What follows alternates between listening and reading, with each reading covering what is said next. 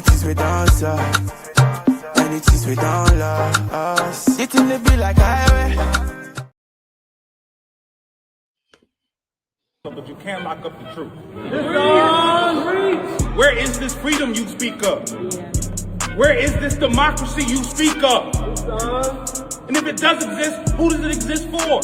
So we gonna stand up for black press, and we're gonna stand up for black women. This is the time in which we have to stand up against this federal administration that has made clear to us it does not care about our constitutional rights, it does not care about the Constitution, it does not care about the future of working people, it does not care about the future of the free press in this country. So the question remains, which side are you on?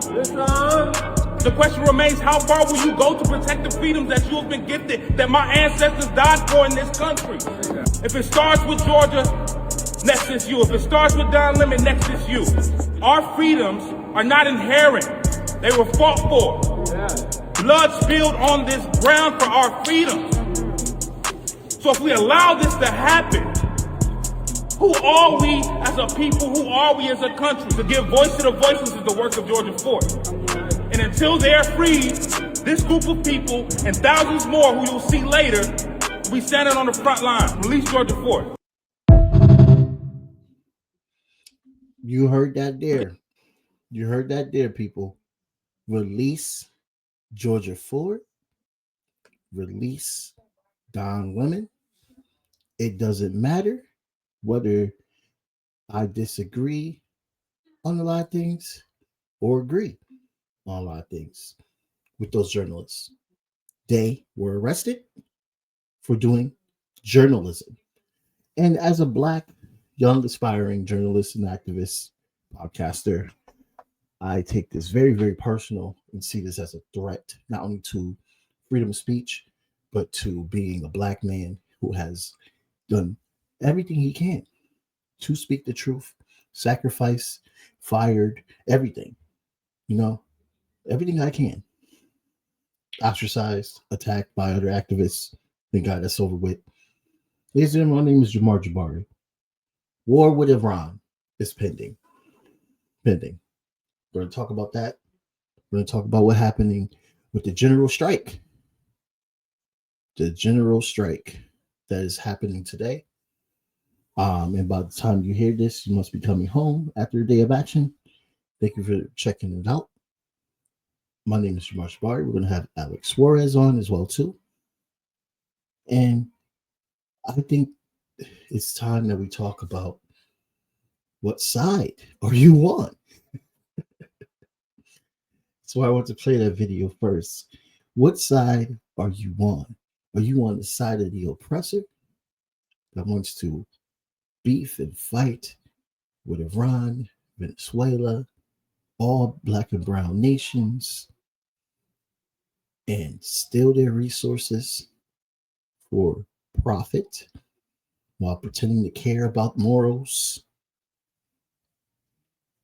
killing people here today, all over the nation, looking at Minneapolis, ICE, murdering, disarming. Second Amendment doesn't mean anything. RIP to Alex Pretti. It's insane how the right just becomes anti-Second Amendment once Alex Pretti is gunned down after being disarmed, never even reached, never brandished a weapon like Kyle Rittenhouse did, never killed anybody like Kyle Rittenhouse did, shoulder straight, even in the video twice. And here we are. We're seeing people, innocent people, rest in peace to Renee Good as well, murdered in the streets. And then we have journalists like Georgia Fort, journalists like Don Lemon, who went to a protest. Folks out. This is Operation Pull Up, more of a clandestine operation. We show up somewhere, they don't expect us to come there, and then we disrupt business as usual. So right now is kind of mayhem. We're not part of the activists, but we're here just reporting on them. Did they explain to you why they're here? They did not. They said that there is someone here in Easterwood, someone who is a member of ICE, and he's a pastor of the church. Our church had gathered for worship, which we do every Sunday. We asked them to leave, and they obviously have not left. So this is what the First Amendment is about the freedom to protest. There's a varying array of views in this church on politics of immigration. Recognize the complexity of the issue. This shows you just how divided America is. When you look at the protesters here, and then you look at the people there who are praying, and you know what was the interesting thing? If these two groups could just get together, they might figure out what to do. I don't necessarily agree with everything that's going on in the Twin Cities right now, but I don't think it's good to fight fire with fire. I think it's good to speak up. I think it's good to protest, but I think it's better to do it in a peaceful way. Yeah, that was interesting to watch. This guy here, look, he's hugging his kid. And I imagine it uncomfortable, traumatic for the people here. They think you lost. I like watching this. This is what he got arrested for. This is what him and Georgia Fort got arrested for. They got arrested for doing their job as journalists. Crazy, right? In Trump America, you can be arrested for doing your job as journalists. I shouldn't even say in Trump America, because this is what neoliberalism has brought to the forefront from, whistleblowers, like Rebecca Jones, whistleblowers, like the brother that was able to expose the NSA, Alex Snowden. Oh, I'm sorry. Yeah, Snowden. Sorry, guys. It's been a long day. I'm a working class man. Whistleblowers, journalists, you know what I mean? So many journalists get arrested, sanctioned, blackballed for the Breonna Joy Grays, Alex Jones. I don't even like Alex Jones. But once journalism is attacked by a government, and we do not take onus to make sure that we call that out and hold this government accountable for fascism, because that's fascist when you're challenging journalists, putting them in jail, arresting them. First Amendment doesn't mean anything. Just like the Second Amendment doesn't mean anything. It's wrong. It's absolutely wrong. And I really don't understand the rhetoric that I have seen. I really don't fucking get it. But we're seeing that fight now. Is allowing for this occupation and terror to continue. So we are asking for people on Friday the 30th to pressure this government to get ICE out of our city and our states. We're asking people not to go to work, not to go to school, not spend a single penny. It is really important for us to have you all stand in solidarity with us. Our communities haven't been able to actually go to school. They haven't been able to actually go to work. They haven't been able to feed their families and have the resources that they need. And it's really important to take collective action. It is really urgent for us to have support from everyone in the United States. Thank you.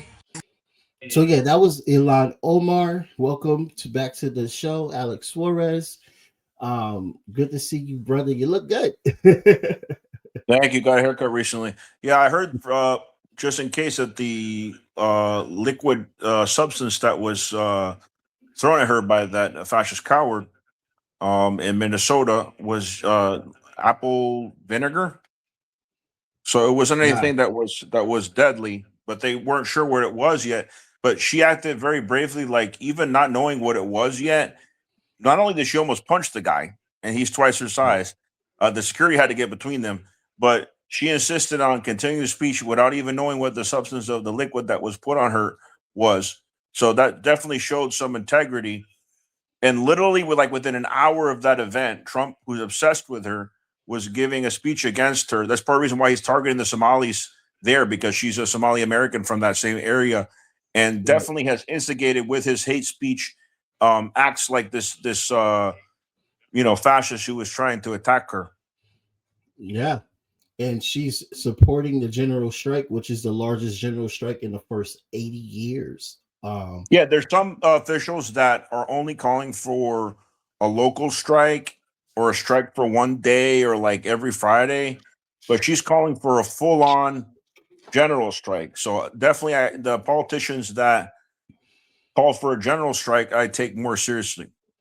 And by the way, I made comments in a prior show without knowing the history. Like I knew the history more of Governor Walz being a sellout than Jacob, I believe his last name's Frey, the mayor of Minneapolis. I found out that he cooperated with Walz 5-6 years ago during the BLM protests to suppress them with the National Guard. So verbally, I might agree with the mayor, but when it comes to action, the National Guard has been more making sure that the remaining ICE agents aren't beat up by protesters than protecting the protesters themselves, and even gone after members of the media. And I don't know if you mentioned yet, 2 members of the media, including somebody from the so-called mainstream, Don Lemon, have been arrested. This is a complete violation of the First Amendment. Yep, I just got done talking about that. I'm so infuriated, comrade, by witnessing members of the press, even the 3-time Emmy winner Georgia Font, even her being arrested for just, and they went as far as LA. By the way, they went as far as Los Angeles. Don Lemon was going to cover the Emmys, and they got him there, and then they got the local independent journalists that you mentioned. Yeah, and I played I played this video already, so I'm putting in it the church while we talk.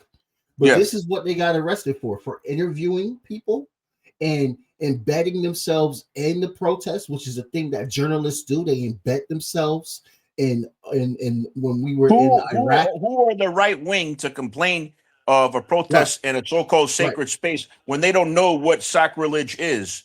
Nothing is sacred to them. No lives, brown lives, white lives, black lives, none of them is sacred to them. This is the hypocrisy we're dealing with. We're not dealing with a democracy. We're dealing with a full-on fascist regime right now. Yes, this is fully fascism. When you have literally masked criminals under the federal government killing people in the streets, and then you have journalists being targeted and arrested for doing their duties, we are clearly in a very fascist period in our country. And this is only going to get worse because there is no full accountability to stop them. There's nothing. By the way, my apartment right now, the other room that's less noisy with less noise in the background, I'm not able to enter it right now. So I'll do as best I can, but the background noise is not too bad, is it? I can hear you fine. Yeah, I can hear you perfectly. I don't hear anything in the background. Very good. We're lucky now. Yep. And look at what the White House put. This is just the most childish, unprofessional thing that I have witnessed. Well, he's being targeted for being a homosexual. The ICE agents were quoted as saying that we killed that lesbian. You know, like basically they admitted to killing her to send a message, not because she was guilty of anything or that the so-called ICE agent felt threatened. I don't call them even agents because that gives them legitimacy. These are just terrorists, domestic terrorists. And so, part of the reason Don Lemon is being targeted is because he's a homosexual, because, homophobia is part of the traits of fascism as well. Yeah, and this is just absolutely disgusting when you have the governing office of this country making jokes like this. Like what is going on here? Like the last time with the lady, what did Jesus do in the temple? What did Jesus do in the temple with his disciples? They completely trashed it. They turned the tables out of righteous indignation. He said, "What are you doing with corruption in my Father's house?" And so, what they did was pretty mild, pretty light in comparison in that church, exposing that ICE pastor. And to call it a riot is ridiculous. I mean, then that means that Jesus Christ himself was more riotous than these people. Exactly. It's the total opposite of what they're supposed to be standing for. You know what I mean? Jesus was a anti-imperialist when you look at the An things that he stood anti-Roman for. imperialist, to be precise. Yes. Right. You know what I mean? And they are doing the exact opposite of what By they the were way, some taught. interpretations of the Christian Bible Hmm. are that the Romans were responsible. Remember, Hmm. Jesus was a Hebrew himself. The Romans, they Right. put the blame rather on the Romans instead of the Hebrews. In the Quran, Jesus wasn't crucified at all. So that's anti-Semitism and prevalent in certain sections of Christianity, that the Jews were responsible for Jesus, that therefore the Jews are evil, because they would accept the Mashiach, the Messiah. You don't have that in Islam.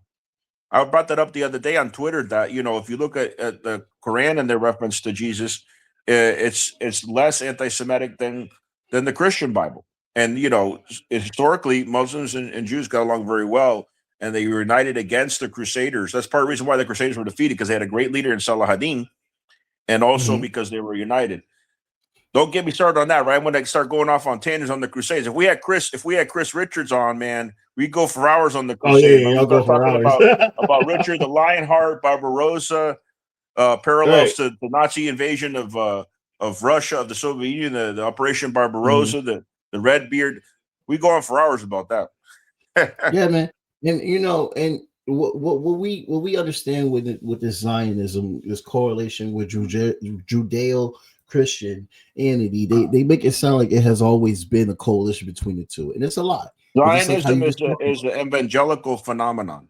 It's based on right? an evangelical interpretation of the Old Testament, not a Jewish one. And don't you think it's absolutely funny how when we go to Iran, they want to pretend and act like they're on the right side of history, and while they literally led and continuing are doing a genocide in Gaza and the West Bank. I'm glad you mentioned Iran, because you just reminded me of something. I don't mean to interrupt, though. Finish your point.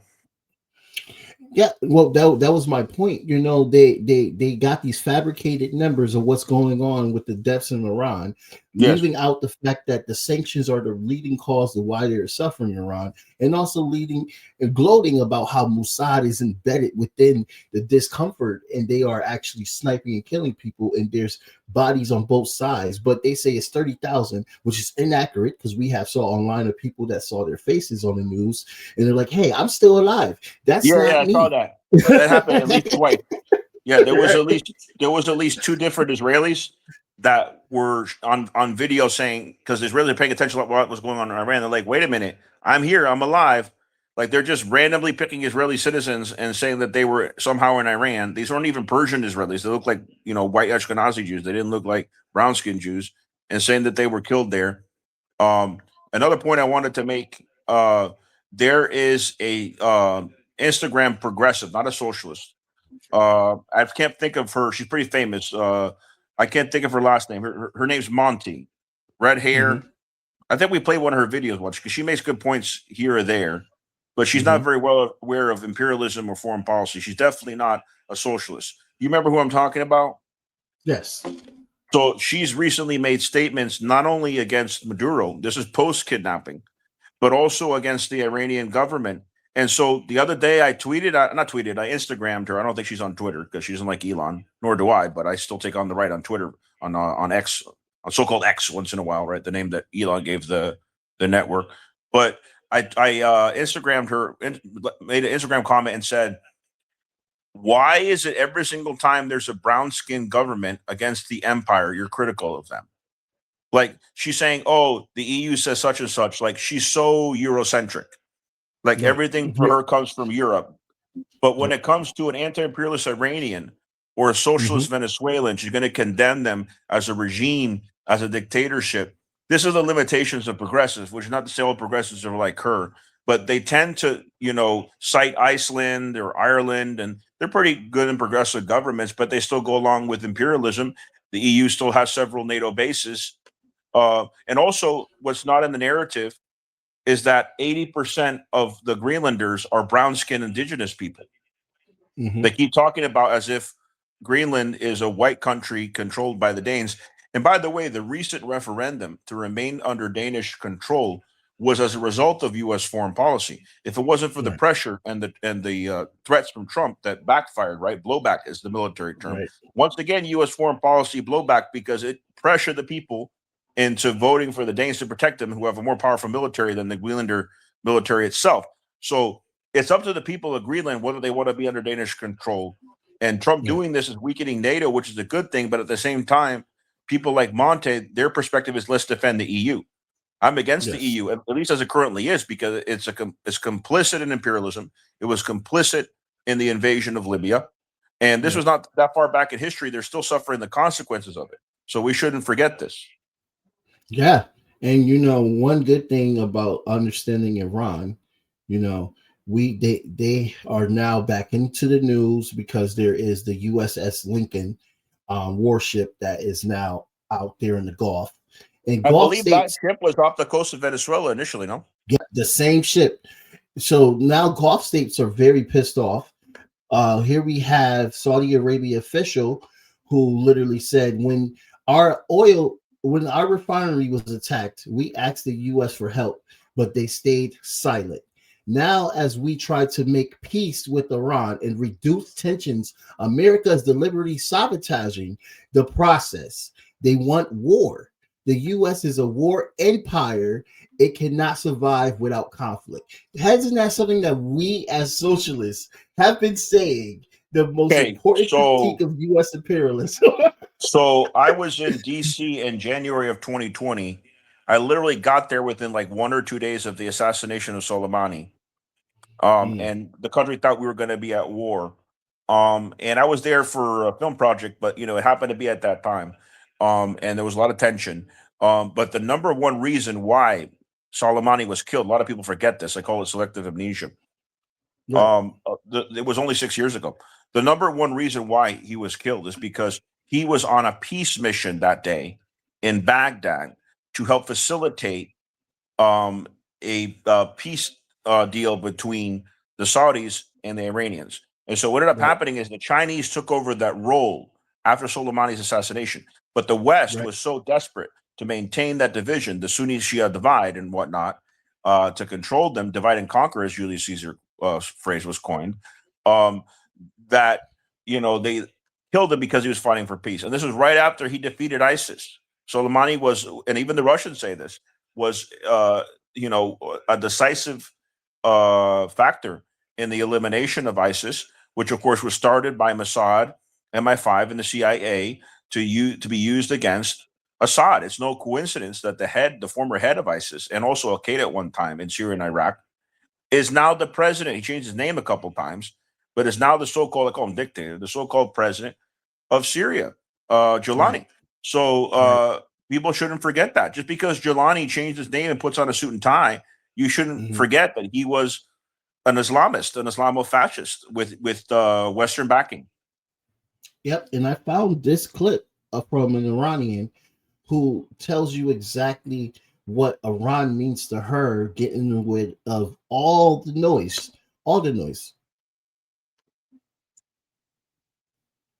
About Iran. Women's rights or bringing democracy to Iran is a European hallucination. Iran is not nuclear weapons or oil fields. Iran is Persia, older than Rome, older than Greece, the mother of mathematics, poetry, map makers of the stars. How can you bring democracy to a people whose ancestors invented justice while Europeans burned women for being witches? Cyrus wrote the first declaration of human rights. Hafiz and Rumi created the architecture of the soul, alchemy. Iran is not a nation, it's an axis of memory. A memory the empire wants to rewrite. Iran is the page they can't tear down. Iran is proof there was light before Europe, science before the West. Iran is the reminder. Europe is not the beginning. It is not the center. That is the threat. They don't fear Iran's weapons. They fear its memory. They fear its refusal to die. They fear the civilization in you that cannot be bought, that knows there is a law higher than profit, dignity deeper than empire. Yeah, it's also important to stress that there's actually more sacred Jewish sites in Persia or Iran than there is in Israel, and that there's 10,000 Persian Jews in Tehran, mostly in Tehran area. And so a lot of the Jews that were expelled from the Middle East or that left on loan accord because of Assad operations where they were targeting Jews against their own people to instigate them to leave, making them think that it was the Arab governments. A lot of Arab Jews left, but the Iranians never targeted the Jews, and they remained. And so the people there are sophisticated. They understand the difference between Jews and Zionists. Some of the Zionists have taken advantage and manipulated certain Persian Jews and used the fact that they had double passports to do espionage to go along with these so-called protests.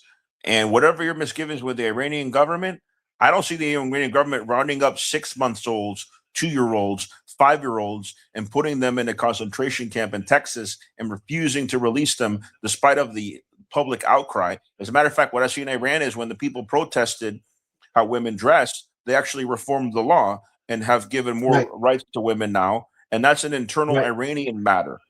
What is this superiority, this moral superiority that the West are claiming to have over Iran? This is pure hypocrisy.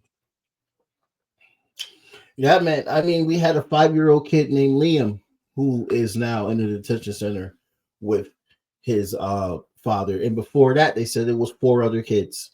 And they don't tell her how many more that are not even on literally right when now. they were kidnapped, there was people coming forward that the father said, take my son, because they're trying to say the father insisted that the son stay with him and they're doing him a favor. That's how they're manipulating it.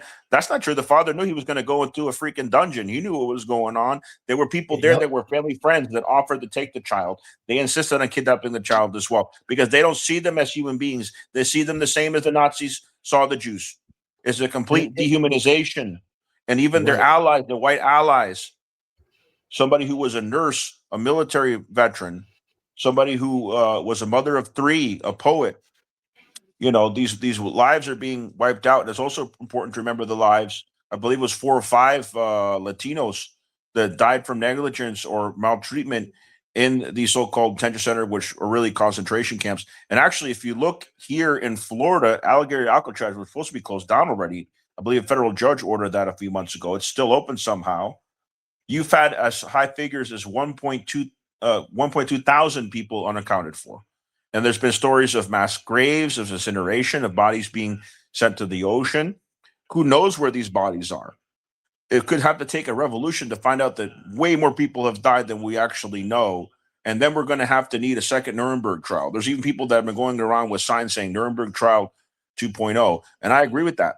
And what people don't realize is it wasn't just the Nazis' leaders. They had a second Nuremberg trial. So actually it would be the Nuremberg trial number 3. But they had a second Nuremberg trial where even the prison guards were convicted. So this justification of following orders under Nuremberg principles is not going to work either. It's going to take impeaching, and it's going to take taking people to trial. And you think we're going to trust the cowardly Democrats to do that? No. It's not going to go by the way of bourgeois reformism and just showing up for issues and reacting to things. It's going to go through militancy, through organization, through movement building, not just bourgeois electoralism, not relying on the Democrats. Yeah. And we talked about Alligator Alcatraz as well, too, on my other show, Studio 3A. And it's really just sad how it's called Alligator Alcatraz, by the way. Yeah. Alligator Auschwitz, and it's literally sad how no one really knows about this. We have to keep talking about this. We have to keep talking about how people are literally missing, untraceable. We don't know where they are ever since they have been taken by Gestapo.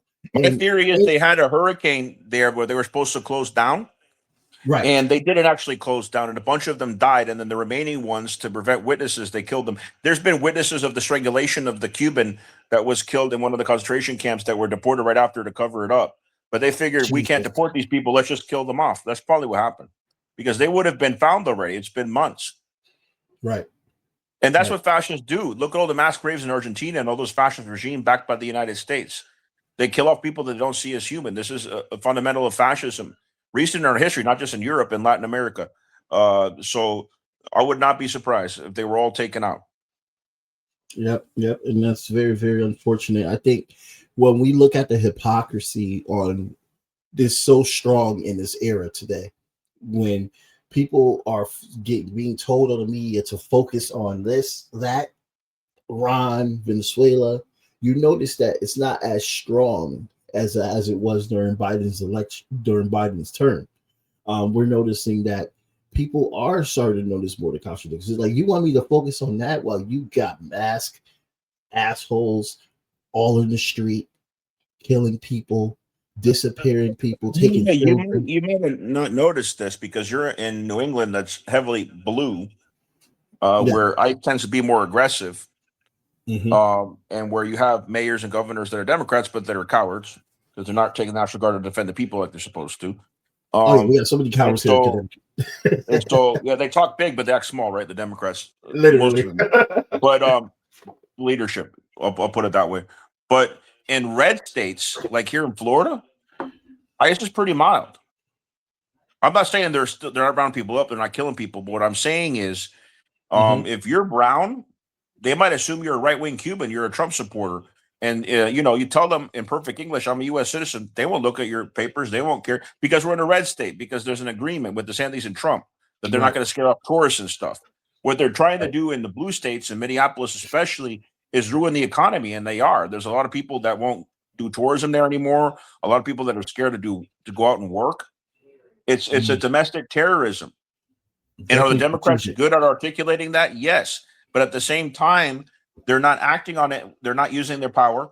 And they're saying things like, "Oh, if only we didn't have what was the term that Vance completely invented? It's just made up. This legal term about immunity, total immunity, or whatever it was." He said they had total immunity. Yeah, which is denied it. Which they're not saying it, of course, like alternative facts. But he said, I mean, it's more like total impunity, right? But the thing is, it's completely made up. So if I was a Democrat, and I'm an independent socialist, but if I was a Democrat, I would say there is no total impunity. Show me, total immunity. Show me the law. Instead, Democrats are like, we need to get rid of total immunity. Because of total immunity, there's nothing we can do. Bullshit. Under the current law, any state can arrest an ICE agent. You just need a phone call from a resident of that area complaining about ICE, and if they've done something illegal, if they entered the premises without a warrant, the state has a right to arrest them. The thing is, people like Waltz are scared to death of a civil war, but it takes being tough to take on the bullies and then backing off to prevent a civil war in the long run. And you're referring to the 10th Amendment, right? The sovereignty of the state. Yes, any state can arrest an ICE official. Right. They can do that at any time. But instead, when the police are called, the police and the National Guard are defending or protecting ICE against the people that are mostly nonviolent. Now, I saw what Alex Pretti did in the second video where they showed that where his rib was broken, where they show him kicking that car. I see no difference with that and righteous indignation that I described earlier, what Jesus was doing to the property. He didn't touch any ICE officials, and they didn't arrest him, but they retaliated. They broke one of his ribs. They tackled him to the ground. So they already knew who he was. That shows premeditation. They had him on a list. He was targeted, and the day he was killed, he was completely peaceful. He was just defending the women. So if anything, that shows he was killed in cold blood. And we still don't know the man who gave me the first shot. We know the person who killed Renee. Hold on 1 second. Yep. And we can't prove, unfortunately, because they have basically hid in their face. Since they hid in their face, we can't prove whether or not if these are the same officers that were a part of the first encounter with Alex Pretti. They could be the same officers that were part of the first encounter with Alex Pretti, but we'll never know because they covered their face. We'll never know. It could. I was just saying, Alex, that also on your point, we can't even confirm if those are the same officers that encountered him the first time. Well, it doesn't matter because they already admitted that they have all the local activists on the list, and obviously he drew a lot of attention to himself. So even if they weren't the same officers, they knew who he was. They knew who he was. That he had an altercation with them, that it was on video. Definitely knew who he was.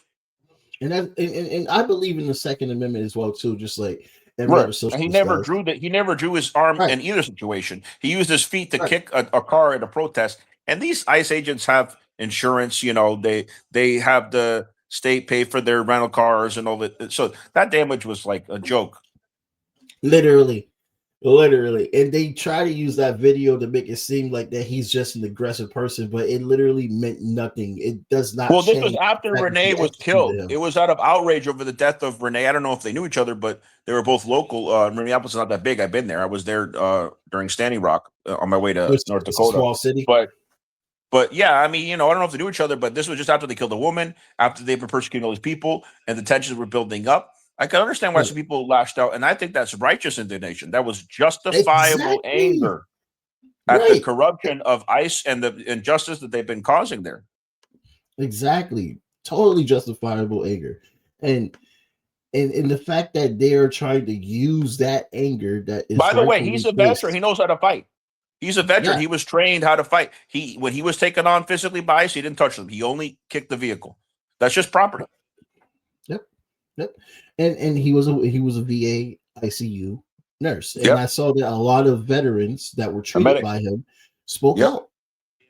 Not only that, nurses that he trained, he was a head nurse. He had trained a lot of other nurses how to treat those people in the ICU and all that. They've all spoken out as well.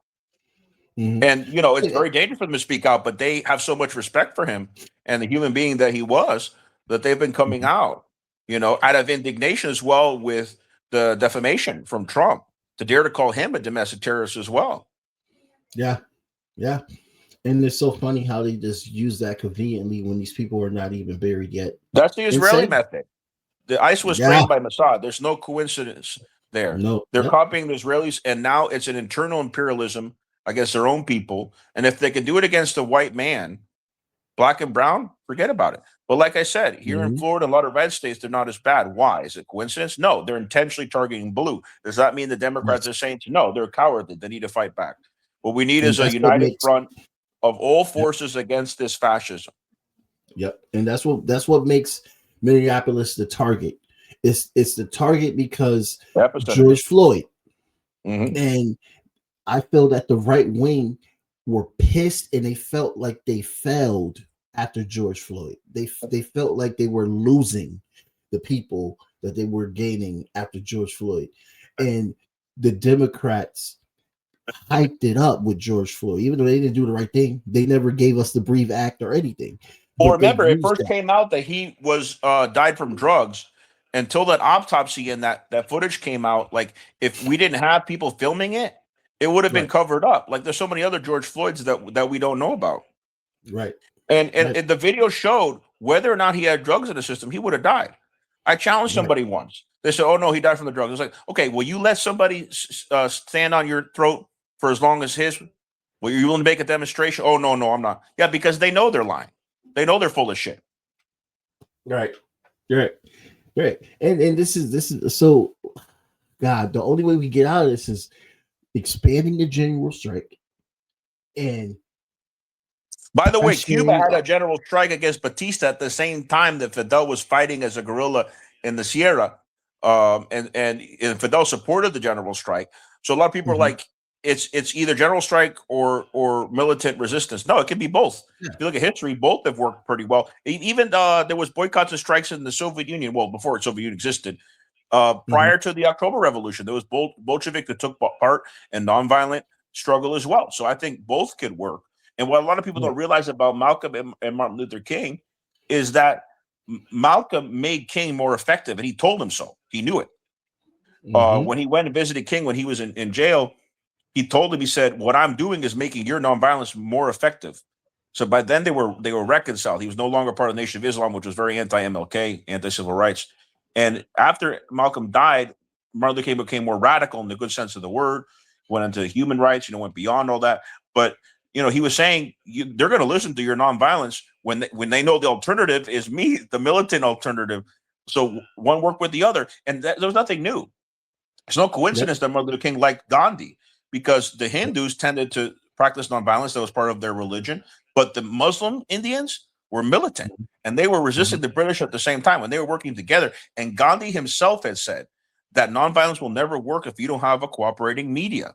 A lot of the liberal bourgeois press in the UK liked Gandhi. Gandhi was very good with public relations, and that helped pressure, because the British actually cared how they looked, for them to leave India. You think Trump gives a fuck? You think the media is going to do their job? Yeah. So I'm not sure the nonviolence is going to work. But the general strike, I'm all for it. And it doesn't contradict militant resistance. One can work with the other. Right.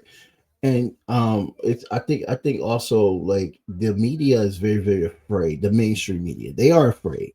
Trump has them by the balls. So-called mainstream, because they don't represent the majority of American view. All these media outlets were in favor of the U.S. kidnapping of Maduro. 70% of the people of the United States have been against the U.S. going into Venezuela for any type of so-called operation. So they do not represent the majority of view of the American people, and the so-called mainstream is no longer brainwashing most American people. A lot of the youth are going to alternative press. And, Nielsen ratings show like the average viewer of CNN is 70 years old. So like, people that are middle-aged or younger, they're no longer looking at that crap, and they're tired of the U.S. being a bully of the world. And so for last part, because I got to go soon, but Venezuela, we have an update that Delcy Rodriguez had to make a deal with Trump. I can hear you now. Go ahead. Delcy Rodriguez had to make a deal with Trump. She had to give some privatization of oil, establish privatization. In return, they have some relief, not all, some relief from sanctions. You having a history as being a election observer and also connected with Chavistas and the Venezuelan people. How do you feel about this deal? So I haven't looked into it yet. But what I did look into, what I did have some time to look into, was the recent criticism of Claudia Sheinbaum over stopping temporarily oil to Cuba. I think it's very unfair, because what happened was there was a private oil company, not a public one, that happened to be Mexican, that because of pressure from Trump canceled their contract with Cuba. But she went on the record and said, I still have the intention to use public oil funds and send them for humanitarian purposes to Cuba. So it wasn't her herself doing it, giving it a pressure from Trump. I disagree with that. I think that's unfair criticism of her. When it comes to Delcy, I mean, she's under the threat of the gun. The United States just invaded there. She's very brave. I think I mentioned the show before. She represents the more radical, in the good sense of the word, faction of the Chavistas. She's not so much pro-diplomacy like Maduro or Alex Saab has been. Although Alex Saab's part of her government too, just like he was of Maduro, I believe he's still the Minister of Industries. And I've been in touch with like vice ministers of the industry in Venezuela. I'm with top people, and I haven't really had a chance though to get back in touch with them to get into the particulars, do my own research on the particulars of this deal.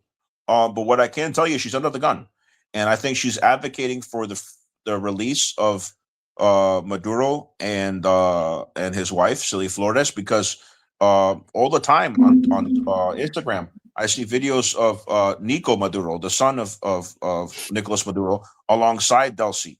He would not be wanting to go along and so publicly support them if he didn't know behind the scenes she was trying to free his father. So I think that there's other parts of the deal that are not public. Maybe they're going to promise to return Maduro by next month or something, and they're already starting to ease the sanctions. So we'll see what happens. I think with Maduro back in Venezuela, he become president again, they'll be stronger than ever. And then they can look at a better deal, especially if there's going to be a change of president over here. I really hope that the midterms go in the direction with an impeachment of Trump. Again, not in any defense of Democrats, but that will give more chance legally for Trump and his cronies to be held accountable. And also, that's a good point. So you're optimistic that the deal is also going to be a part of freeing Maduro, because we did see that the feds did backtrack on their statement. My prediction before March, when he's supposed to appear in court because the case is so weak, he's going to be March returned. 17th. Wow. Yeah, before March 17th, he'll be returned. That's my prediction. It's just because you can record this part of the show if I was right in place. Like Al knew. Why celebrate? I'll be opening up that champagne. It's like Maduro's back. but I mean, you have a good point, because they backtracked on the acknowledgement on the cartel. It doesn't exist anymore. Yeah, it doesn't exist anymore. We've been saying it's a fabrication. And the people try to defend Trump and be like, oh, no, they're real. Oh, really? Then why did Trump back off on it? Or they're like, oh, this is all about democracy in Venezuela. It's like, but Trump said it's for the oil. Like, listen to your own leader, what he's saying. Sometimes he's honest.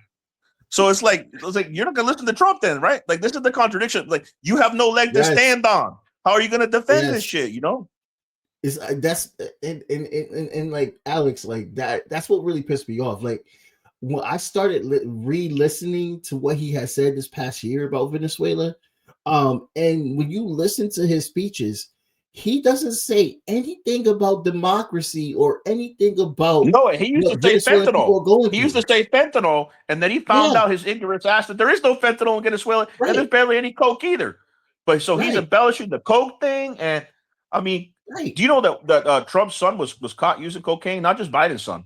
I mean, this is the hypocrisy we're dealing with, man. They got their own coke problems. They're gonna trade it on the latest Venezuela. As a matter of fact, they're making fentanyl domestically. So they're Right. trying to blame it on China, trying to blame it on Mexico. There's fentanyl legal in hospitals, and there's Yes. fentanyl that they make domestically, just like they make meth. And these are Yeah. white people making this stuff, a lot of them. So they're trying to And he's blame the putting it on brown my man. side. I mean, Maduro said it in an interview once, shortly before he was captured. He said they're trying to make it like Hollywood. They're making me the evil brown, narco, and then they got to send these big blonde white guys to capture me. He said that, Right. like he predicted his own kidnapping. Maduro's smart, and I think that he's going to be released probably by the end of February. And I hope you're right, my brother, because honestly, him and his wife is just sitting there for no reason now, ever since He's the in whole solitary point. confinement, 23 hours out of 24 hours. They had a fake image of Maduro. It was Photoshopped. That's They had a torture. fake image of him with the general population, like making a joke out of it. They don't let him in general population because Maduro, that prison is full of Latinos. You think they're going to let Maduro in general population? He started a revolution in there. He started a revolt for better conditions because he's a real leader. And they're afraid of this. They saw he was hugging one of the policemen that was a Latino that because he's so charismatic, so of course they're not going to let him out. So poor guy's being psychologically tortured. I don't even know if they treated his leg wound properly. His wife had a broken rib, at least one broken rib. She's 70 years old. He's in his 60s. These aren't people that are not young either. So there's the pressure there too for his own. They're probably going to say for humanitarian purposes we're returning Maduro. They're not going to admit that he was innocent, right? Because they got to save face. And that was part of the thing with Alex Saab too, because he had stomach cancer medication. Ambassador Saab that he was not getting properly medicated when he was in prison. So they said, this is humanitarian. We're going to do an exchange. Now, Venezuela doesn't have any Americans anymore. I'm not saying they're going to capture any, but probably they're going to say for health reasons, we're going to return Maduro as part of a deal. And then Venezuela will be stronger than ever, man. I do not underestimate the Venezuelan people. And then lastly, Iran, you think this is going to topple the Iranian government? No, I think the Cuban government and the Iranian government, all these people that are under sanctions, this is temporary because Trump's going to have to stop focusing on sanctions and start having to focus on defending himself when he loses the midterms, because he's going to have to be held accountable for all these crimes. Yeah. And that's going to be by November this year. So I think a lot of things are going to change. A lot of those sanctions are going to start to be eased up. We just got to keep up the pressure. Yeah, honestly, I just feel like the Trump administration is just freaking out. Regime. You always say administration. What regime, man? They're not winning anything, really. They're like a capo. You know why I call them regime, though? It's like a capo regime. You ever heard that term, like the mafia? He's a gangster. Trump's like his own freaking mafia, man. Yeah. Yeah. I mean, wasn't to say that the bourgeois administrations prior to him were good, but this is something else, bro. This is a whole other animal, man. Right. I mean, we've seen some of these in history, but this is just blatant, brother. It's blatant what he's doing. This is what he has done in New York City. I disagree with Sammy the Bull, first of all, who was a former underboss of the Gambino crime family, saying that Donald Trump has no history with the mob. That's not true. He was cool with Chuck Schumer. Who was Chuck Schumer cool with? The mob back in the day. I'm not surprised. And they were building properties up all the damn time. And it was they were with the Italian mob to take out Fidel. They were the Italian mob to try to get them back and control the casinos in Havana. There's a long history of this. So he was taught the mob way. And I won't be surprised they found evidence that he actually did have ties. Because the way you are acting is straight up out the playbook of the mob. That's Machiavelli. It's better to be feared than to be loved. He's pushing out all this damn fear. Yeah, the Godfather movie and the book was took a lot from Machiavelli, from the Prince. Like keep enemies close and all that. But yeah, that's the thinking, the cunning of a lot of these mob guys. But I'm not saying that Trump is intelligent. He's just a reckless mobster, bro. You think he's capable to be cunning like that? No. I mean, he knows how to manipulate here or there, but this talk of the great negotiator, you know, he didn't even write The Art of the Deal. He even write his own book. He had a ghostwriter who's against him, actually. And you know, if he was such a great negotiator, when he claimed before I'm inaugurated, as soon as I'm elected, the war in Ukraine will end. It's still going on. It's still going on. So where's this all these so-called negotiation? What he'll do is he'll send in a hit squad called Delta Force, or just as much a death squad as the ICE, to go and kidnap a 7-year-old woman and, you know, her husband in his 60s. I mean, this is just an act of cowardice, having to kill 100 people, including civilians, in the process. I mean, it's a kidnapping. It's a kidnapping, and you have, you know, bourgeois outlets like the BBC that prohibit them to call it what it is. You have to call it a capture, an operation. This was a kidnapping, an act of cowardice, and a pre-dawn raid, man. And we've been seeing this with the Huru, Alex Saab, so many of our comrades targeted, and we have to keep up the fight. And a lot of we've been talking about that nobody pay attention to. Now all these are talking about, aren't they? And Trump's made that the case. Now everybody wants to know about Venezuela. And they're going to come to people like you and me that have knowledge on this. That's why I'm optimistic, because the youth can be the vanguard of this movement to make the difference.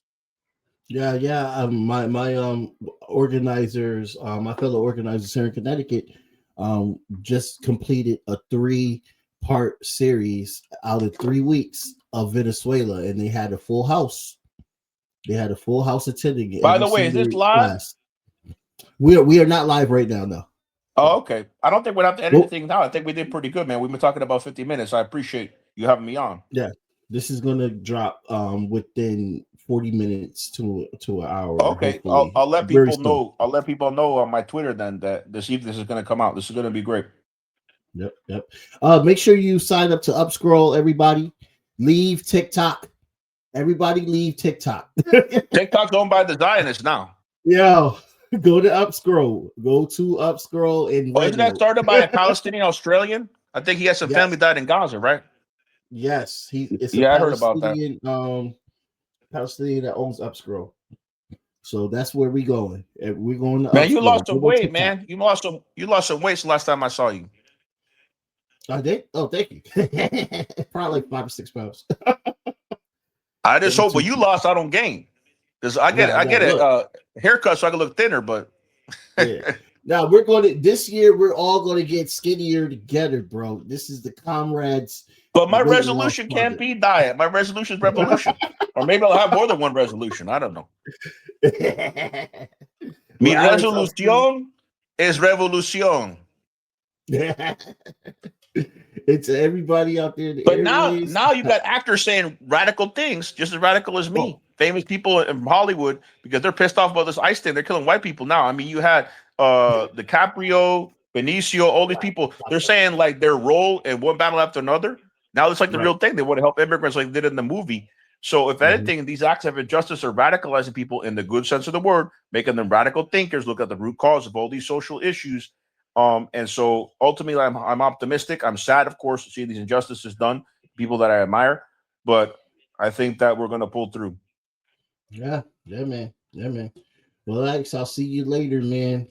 Come back on next week or something. You know what I mean? I'll try, brother. I'll try. Stuff. I gotta go to Tennessee. Okay. I'm gonna probably go to another protest soon too, man, because I haven't done a protest in a while. But this is instinct us to get back in touch with comrades, and if anything, it's making us more defiant against the empire. And the empire is in its last gasp. That's why it's doing these desperate acts. History's shown that. Yep. And have a good day, everybody. Peace. Blank period, yeah. On my black, brown, and indigenous. Gotta holler if you really feeling this. Gotta holler if you really real enough. Other rappers is delirious. Yeah, it's really that serious. Better holler if you really feeling me. I gotta keep it 100. Ayy, if you don't like it, then fuck it. Ayy, we gonna win in the end. Yeah, we gonna live.